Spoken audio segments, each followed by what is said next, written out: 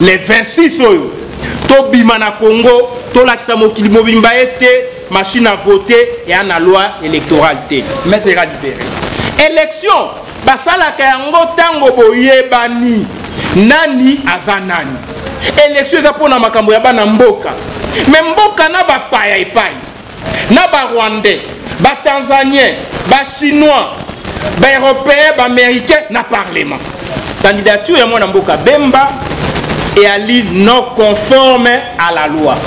Si on a invalidé Bemba, on doit invalider aussi la machine à voter pour les mêmes motifs. Oui, Bibi Tumba Oyo Makila est tangi et si la kate, le poto balobi, lorsqu'une lutte est arrosée par le sang, cette lutte-là on ne la perd pas. Nako Ebisayo, débat à candidature unique, c'est un faux débat. Débat à machine à voter. C'est un faux débat. Sabana Mboka, nani comme candidat unique à opposition, bien que vous en avez d'accord. Candidat unique à opposition, selon MLP. Selon Gaï Niko Maengele. Et pour engager MLPT. Okay. Et à lui.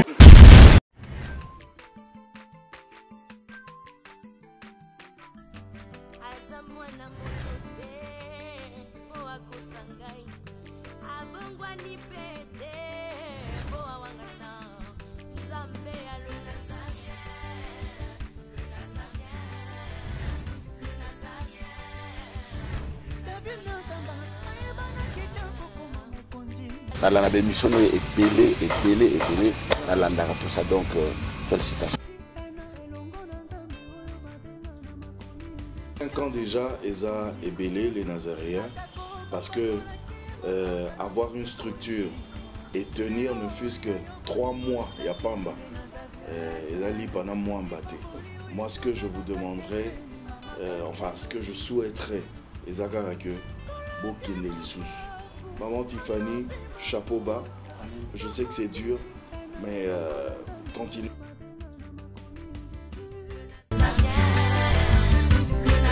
Pas responsable, nous sommes les Nazaréens, que nous sommes ensemble.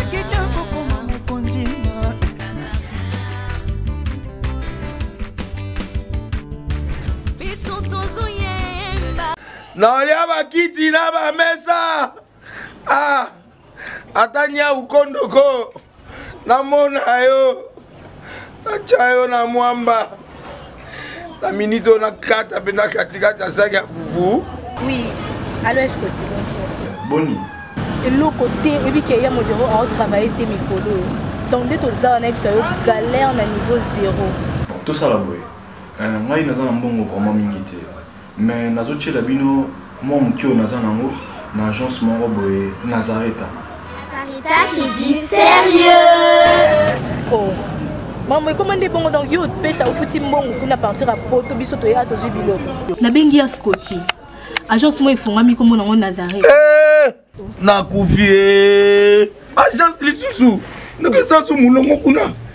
Pour cela susu. Kuna eza mamba mulongo te. Yesi afuti mbongo kuna partir à Poto bisoto zoke ko récupérer biloko oli. Ah tika boyiko.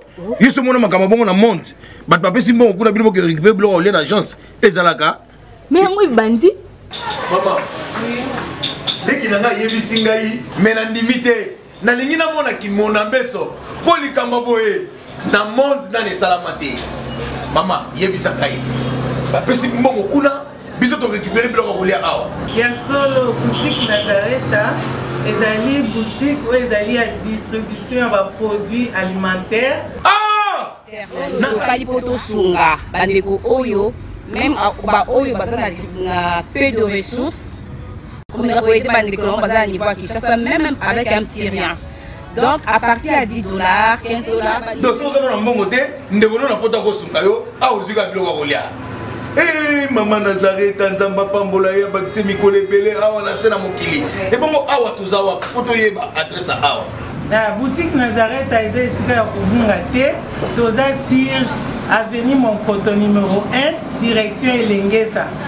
Face à face na église catholique Saint-Vincent. Ah, direction Elengesa, Monkoto numéro 1, à face à l'église catholique. Ah, c'est ça, l'école. Bon, numéro de téléphone, vous avez monté? Déjà, vous avez nango, vous avez 3 numéros pour Paris, vous avez un numéro pour la Suisse, vous avez un numéro pour la Suède. Ah! Non, non, non, non, non, non. Nazareth, vous avez la Congo Sili. Julia, vous avez Kangisa qui a foufou. Il y a modé, il y a foufou. Oui, pour la Nazareth, tu as un système en bimbi, dans Bongo Shingom. Bon, ok. Vous allez sérieux. Ça, c'est du sérieux. Quoi de plus digne d'un vrai citoyen que de donner le meilleur de lui pour sa nation? Très chers fidèles internautes, mesdames, mesdemoiselles et messieurs, Bandeko Balandia Magazine Abisso, Masolo Yamboka, nulle part ailleurs, Kakana les Nazaraïens, Rebrico, Batiela Bino, en tout cas pour notre Pesabino information, Koyambela Bino, Bayenge Bene, Bazoli Bakou, Yako Sala politique, Kokota, Pesabino Mambi, Maekono, Mae, en tout cas, Maliko, Mema Mbutu Mbututo, Passi, Namite, Ma Bakongole, Ezalaba Clisto. Ezalaba nani biso banso banamboka. Voilà pourquoi Masolo Oyo et Tali Penza biso banso. C'est pourquoi les Nazaréens lobby, nous allons vraiment entrer là-dedans pour communiquer, donner l'information à temps réel à nos très chers fidèles internet. Pas mater pour nous salaba blague, sinon vous donnez l'information sur tout le plan. Et à la politique, et à la sociale, et à la culture, nous serons là. Et à la ecclésia qui est d'ailleurs notre socle. Nous allons vraiment vous le devoir comme il se doit. Bandeko Balandi, avant que tu continues dans Masolo na biso mukula lelo, sinon ça chauffe. Et à la opposition, et à la majorité, ça chauffe. Mais sinon, aujourd'hui, on va se poser la question, est-ce que réellement parti biso bato biso to bengi biso awa na les Nazaréens balubi Masolo mboka yaka mwana mboka la scène muloa kita sur terrain fils à papa yaka to lo bana micro, est-ce que bango pe baza pe na droit ya koleka na maponobi n'a évité. Mais sinon c'est une question qui se pose. Mais avant tout, place à la régie avec Alain Kiakala, le réalisateur. On se retrouve tout juste après. C'est parti.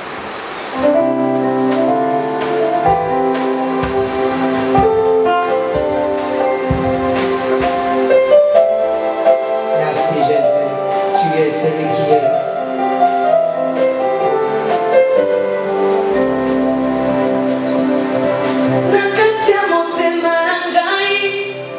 Nakanisi solo bolam na yo Yesu Bongona makanisi na ngai Na bomba solo bolam no Yesu Yango na ye lelo Yango na pusani lelo Zambe Yango na ye lelo Yango na pusani lelo Zambe na ngai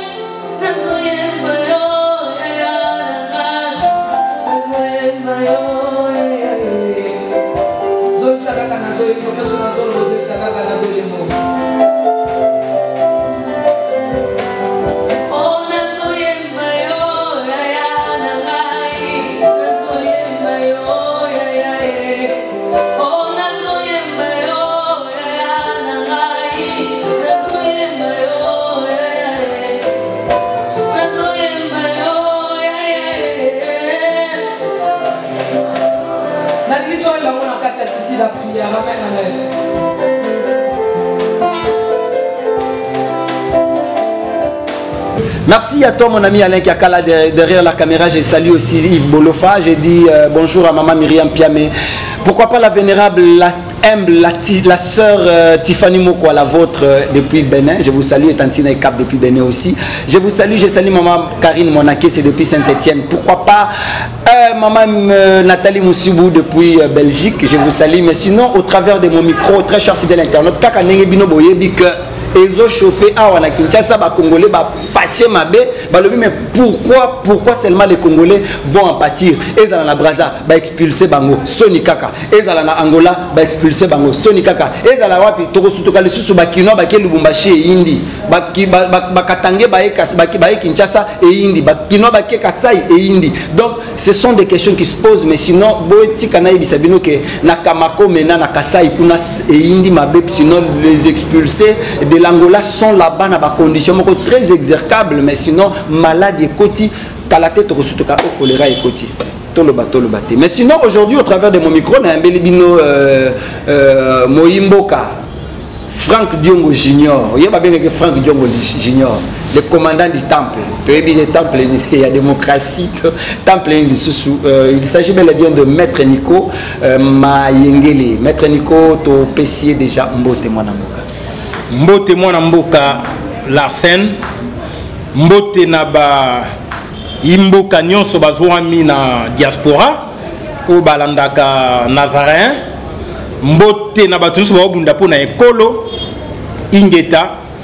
La victoire est certaine. La victoire est certaine sur na Mouniere lokola na Franck Diongo tata Tshisekedi akufu bokunda ete me botikalika na Mouniere molimo mabe yaliko landa bino te molimo bawei mwana mboka Nico ndeko soki omoni Mouniere et ali signe ya résistance et ali signe ya constance yango biso uta tolata Mouniere temo ya lelo. Ils ont l'accès à une vision constante. République, bitumbeza moko et à libération. Il y a un moni, bato basala bétide comportementale. Si vous avez changé la télé dans l'onganionso, vous avez moto ko pesa confiance té. Il y a un moni ba révolutionnaire, balarane la télé na bango. Mao Tse-tung akana kol Mao. Vous regardez mokebi. Mandela avec na chemise Mandela. Mobutu alaki na bakos. Donc eli moto yo bitumbane zo reposer na idéologie. Mais ce qu'on moni moto akocha kazaka alongoli atie safari alongoli atie chemise ali moto yo ali na idéologie te ali moto yo ali moto te. À se conformer à mboka na ye état laïque qui reçoit tout le monde, ils ont recevoir batunion so quand même il doit s'habiller na pona ko mesana na batunion so mwana mboka mabeza wapi soki muto ali ko changer la télé ali ko changer na système mon côté mabeza wapi na lopoto balobi l'habit ne fait pas les moines. Pouvoir politique et le pouvoir religieux ça n'a rien à voir na moto koloba. Donc na état laïque moto ko lata nenga lingi Kasinga soki na musulman na kolata obelo ko la musulman et chrétien akolata la mbaba musulman te masolo na biso ya MLP boni sango ya MLP bolimwe tandis que to mona maître maître Mimi pardon bolimisa voilà pourquoi maître Nico to betana na masolo ya MLP pas maté nda bolimwe les solo MLP lala uto héros vivant Franck Diongo akota na prison les solo lala to betana na masolo ali to tikana na bande kokuna ba fa to betana na masolo ya biso na biso MLP biso les amis ako kam yo oye na siège MLP pour na ko sala j'ai à l'état contre le peuple donc tout na l'état mo uni oh MLP ko la té tant que Franck Diongo junior avant vie donc ba congolais ba ko landa parti à moto na boloko et là qui si était toi na crédibilité toi na confiance ya peuple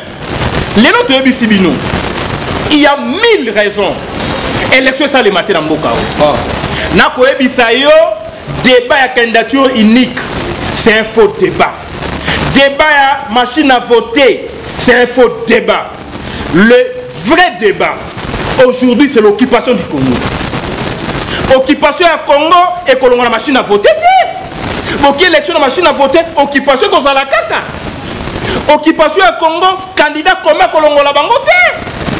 Bon, candidat commun, occupation qu'on continue à caca. Pour qu'on y ait une victoire. Il faut peuple à télé pour récupérer le destin national en vertu de l'article 64, en vertu du principe de l'autodétermination du peuple. Si le peuple a été persécuté, a été victime de viol, violence, tuerie, mort d'homme, massacre, génocide, dans le droit international, il y a pouvoir, il y a côté comme un seul homme, en vertu de la souveraineté du peuple. En vertu à autodétermination pour na ko bouter dehors bateau ba na base ya liwa ya peuple congolais na Beni na Butembo na Rutshuru na Kinshasa na Kasai na Lubumbashi yango biso to ko prôner la résistance jusqu'à ce que le Congo sera libéré. Élection basala ka yango tango boyebani nani azanani élection za pona makambo ya bana mboka mais mboka na ba paya epai na ba Rwandais, ba Tanzaniens, ba Chinois, ba Européens, ba Américains, na Parlement. Si contre aucune élection, pour libérer Mboka, to pour néocolonisation à Mboka. Yango to lobby peuple zala prêt pour appliquer l'article 64. Le qu'on a parlé de l'élection le 23 décembre. Et que ba ko koka ko sa l'élection té. Nous sommes pas ko luka négociation.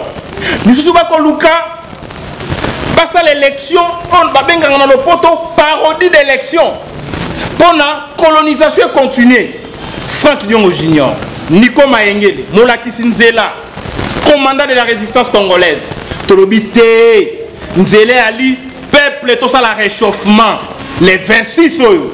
Tobimana Congo, Tolakisamo Kilimobimba était machine à voter et à la loi électorale. Machine à voter et à machine à dauphin. Machine à voter et à Kabila bis, Kabila Oumela. Maître Nico, on est allé pas préjuger, on est motif. Bible qui s'y va préjuger. À chaque fois, opposition, bon, la caca a préjugé. Oh, bah, tiens, boy, et ça pour ça la boy. On a mis le point, ça ne cesse de se répéter. Ça va bongo. Vous avez préjugé. Ceux qui gouvernement a proposé quelque chose, binobo téléméli yango boy yango, mais souka yango ka aneza. Ndeko la scène au Motamaeli. Au monde ici, on regarde le coup la CENI. Babenyango commission électorale indépendante. Ouais. Mais limite c'est indépendance à CENI et à la loi. Tant que vous avez lobby scrutin et que ça les 5 ans après, CENI on le battait quand on est indépendante, on ça 10 ans après. Vous avez beaucoup. Tant que vous avez lobby machine à voter louer lobby vote électronique T pour na maponomi oyo. CENI on le battait quand on est indépendante. Donc, limitation indépendance à CENI et à l'Imobeko. Il y a un peu de quoi tu tangi Mibeko. Tu es légaliste. Tu as instauré un état de droit dans le Congo. CENI a reconnu un côté, ou est dans Mibeko côté. Il y a un peu de préjugé et à la violation flagrante de la loi. Oui, tu es l'unique peuple dans le monde. On dit une chose et son contraire. Bemba. C'est un exemple. Balongoli candidature n'est pour la nini. Balobi candidature est mon amboka Bemba et Ali non conforme à la loi. Nakosi candidature est mon amboka Mozito et koki samite na mobeko. Yango balongoli. Mais machine à voter peut Ali non conforme à la loi. Il faut pas kolongola yango. Si on a invalidé Bemba, on doit invalider aussi la machine à voter pour les mêmes motifs. Non conformité dans la loi. Et le coup qu'on a mauvais côté dans le processus électoral et qui cause un 4 processus T. Boni Bemba. Balongoli pona atosani mauvais côté candidature encore qu'il y a le kuta mais loi électorale est prévoir T. Machine à voter biso to kotika yango. Yango to lobi le 26 octobre. Toko tambola na Congo mobimba. Bana bato bakufa lisusu. Kobosa na te que Boperdaka à peu près plus de 9 militants en 2016. Moi namboka Nico Maengele. Makamwane koko rappeler bino lisusu te bon fanda mokonzi na bino ali na prison ko luka comment faire pour na kolongole na boloko esika zali mais kokota lisusu na nzela moi namboka bo ali kotala ba conséquences te moi namboka Nico. Ndeko la scène ko sala j'ai à l'état contre le peuple. L'état moïni ya Congo te. Moïni moi na mboka te.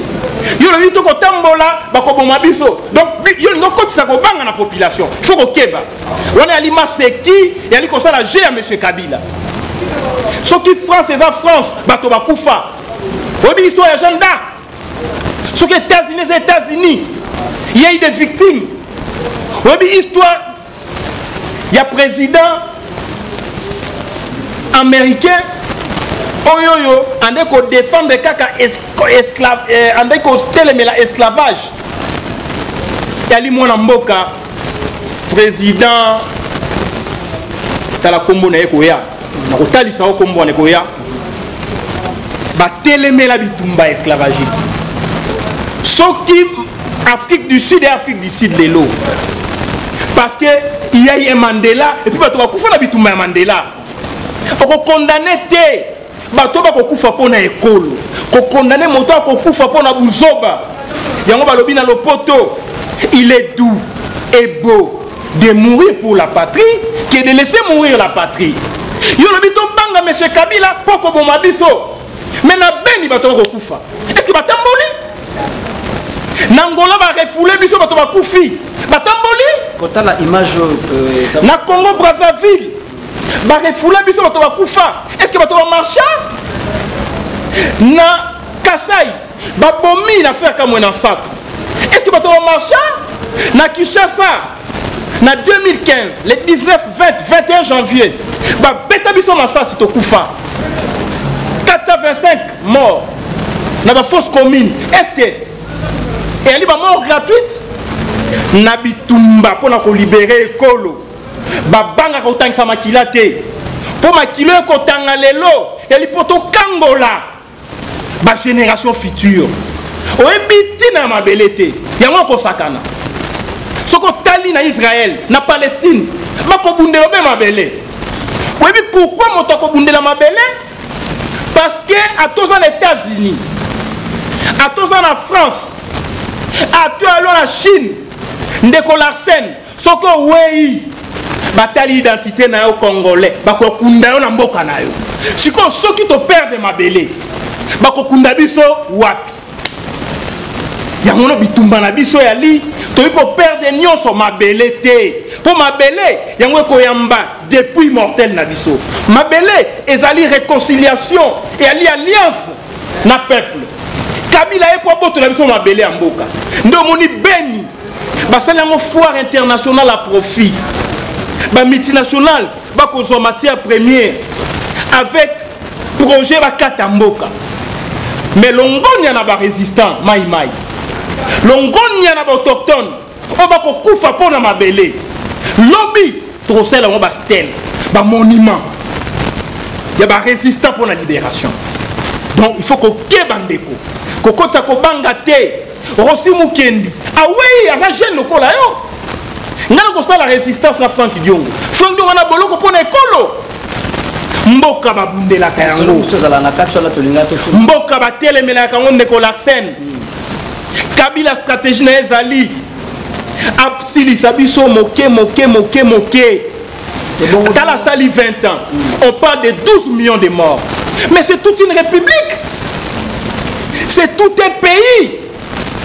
Oui, Bibi Tumba Oyo Makila et Tanguy. Et si la kate, le poto balobi, lorsqu'une lutte est arrosée par le sang, cette lutte-là, on ne la perd pas. Toko perdre bitumba ya Congo te, toko kangola ekolo na maponomité. Stratégie mususu ko cause la. Un occupant balongola ke na maponomité. Il faut résistance article 64 pour na ko boto la Congo ezonga na maboko ya ba congolais avant ko sala maponomi ya solo. Mwana mboka lelo tozana plus de 10 marches bato bobima bima na nzela ba marche salema penza. Stratégie mususu ko za la te ya ko créer sikoyo oyo boyebi ke no ah sikoyo to meki gauche simité sikoyo tozana no mwa nzela mususu ya droite de façon que pacificité wana eumela pamba te bino bwali bato kimia mwana mboka nikoma ngene ndeko makambo ko salema na Congo et si esalema na mokili makambo ko salema na Congo peuple ko landa ngai longola ko banga comprendre que notre pays a une vocation d'être une puissance en Afrique. Comme le Congo, et comme la France, et comme Israël, une nation, où il y a mon aîné, où il y a une vocation, il y a Nzambe. Pour la nation, où il faut rayonner, il faut reconnaître, reconnaître. Il y a un monarchie. Quand on va Rwanda, on va côté de son amboka. Si les gens sont étrangers, côté Libiso. Donc on résiste, c'est qui? Mais comme la France, Allemagne nazie, et quand la France, il y a une bonne partie de la France, il y a Alsace. Et comme qui est le territoire allemand, les Français, télémi avec le général de Gaulle, c'est la résistance française. Les gens qui louent la France, et puis Alsace et Zonga la France. Babotoli Israël mabele babundi babotola la Palestine a ko bunda botola elle na Biblia le lelo biso tokotika te po bato bakotina mboka na biso il faut tobunda soki tolongi bitumba ndeko nde tobandi décollage pour la démocratie pour le développement yango wana biso na kata MLP tolobaka seule la lutte libère tolobi to marché moi mingi babomi to changer stratégie non ndeko soki Kabila tindio awa pour te dévoiler la stratégie de libération mboka na kopesa yango te ndeko na kopesa yo te les stratégies ne se dévoilent pas les stratégies se conçoivent ça s'applique et les résultats de mon yango lelo bitumba na biso et ali non la machine à voter machine à lokuta bitumba na biso et ali le 23 décembre libération à Congo. A bloqué. Alobi a commencé l'élection de machine à voter. Qui machine à voter est élection. Et il reste là. Non monsieur. Ça là non élection de machine à voter. On soit libre. Mais biso pour libérer Mboko. Et au lieu à commander 106 000 machines à voter, bazo ben à 12 000.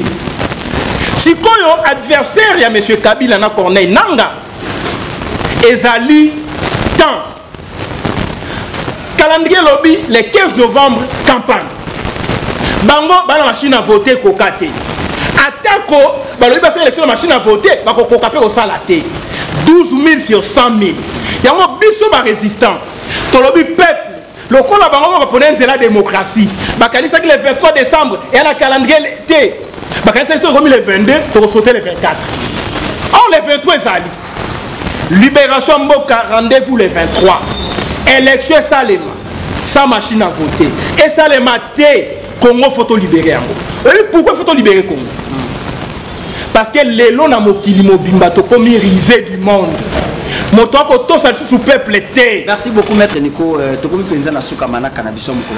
Très cher fidèle internaute. En tout cas, vous-même vous avez écouté, vous avez suivi, pardon, c'est les fils du pays aussi qui parlent parmi tant d'autres. Le commandant de la résistance congolaise. Le commandant de la résistance congolaise. Maître Nico, Lelo Bakatibino na course électorale.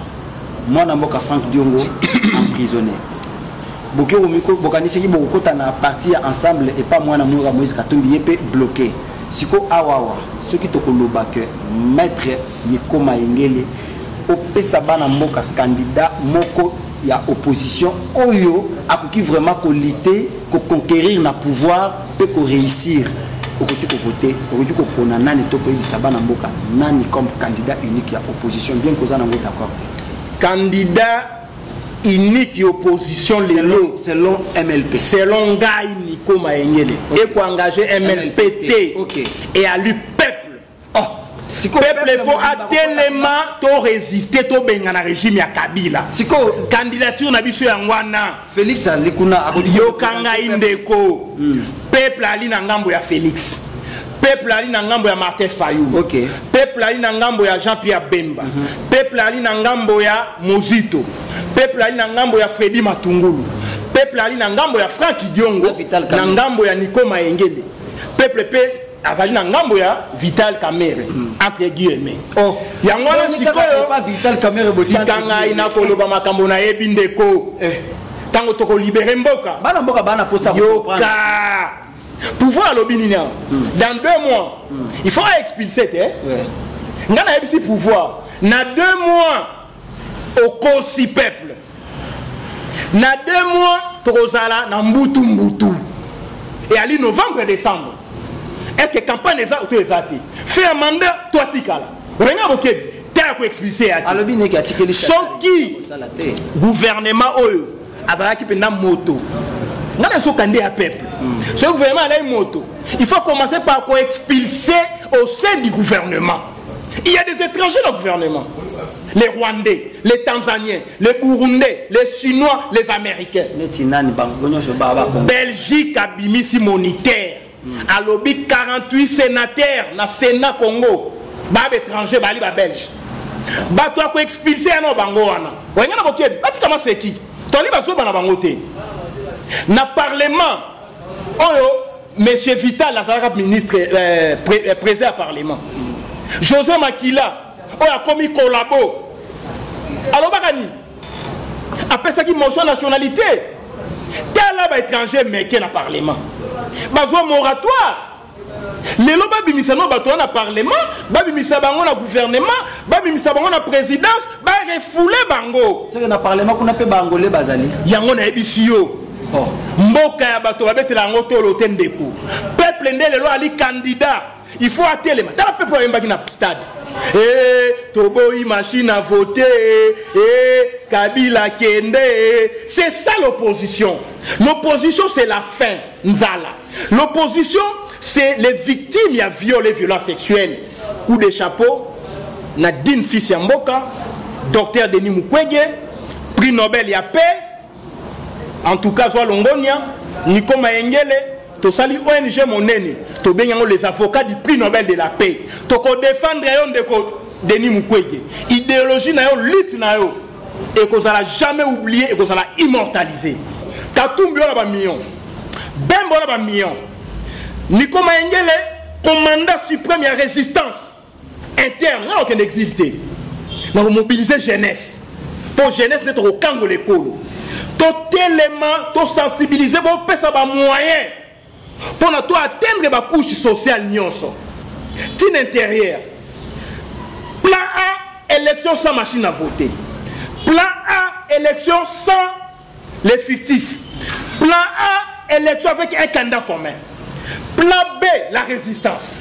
Article 64. Chaque province te nomme un commandant de résistance. Kinshasa, Nico Maengele. Avec mon gouvernement de résistance. Bas Congo et puis dans la province Nyonso. Ce que l'élection s'est limitée automatiquement. Tout ça les prétend congolais. 10 millions si 80 millions Liban d'Amboka. Un jour, Ebele Kabila Kei. Ndeko Toko Tcha président de la transition sans Kabila. Denis Mukwege, prix Nobel de la paix. Yako combattre comme ma transition. Ou bien mon Sengo, Yaka la transition. Ma politique, binomo à la peine. C'est un plan que je propose pour la libération du Congo. Ce qui élection salimité, opposant en dehors à Nico Maengele. Merci beaucoup, très cher fidèle internaute. Merci beaucoup, maître Nico Maengele. Masolo, en tout cas, Kitoko Penza, mais pas batté. Ngonga, elle est la biso de folie. Le bano yasuka na quelques poussières de minutes. Na baimboka, balikolando partout dans le monde. Pas batté, ba yokyo Penza na bokebi na maillon sur le biso a na temple à résistance. Diloba yasuka ya na raté. Pendant l'émission, Poyo lingine babu mangai na sima émission oyo okoloba na ngai liloba ya suka po ebike ba régime ya Kabila bakobo manga na émission il faut ko keba ya ali liloba ya suka te 24 décembre na kokufa te na na mabele ya bakoko na ngai na ko continuer koloba le 24 décembre micro ya Les Nazaréens TV entre autres en collaboration avec Masolo Mboka awa na temple ya nani ya résistance toko tielo lisusu micro to caméra pona koyeba mayoli ko sakola lelo soki ko kokisama mais sinon pona mokola lelo pona ko sili ces missions pona ko sili OK na koyebi sa peuple bolongola ko banga mboka babundelaka yango bato ba refoulé bokoyoka mikolo ekoya bako monter oh non tel leader opposition a la rébellion à l'Okuta. Oh non, tel leader opposition a la coup d'état. Vous avez vu? Bobangate, régime ya monsieur Kabila et Komina Souka. Et Aline Zete au Mississa déjà Katani. Ce qui te soukumi yango, to tindiki yango avec détermination et kwe moto et kwe bende. To commis la dernier virage à libération en Mboka, bozala serein, vigilant, debout pour te libérer Mboka. Avant le 23 décembre, il faut qu'on évite le fixisme des dates.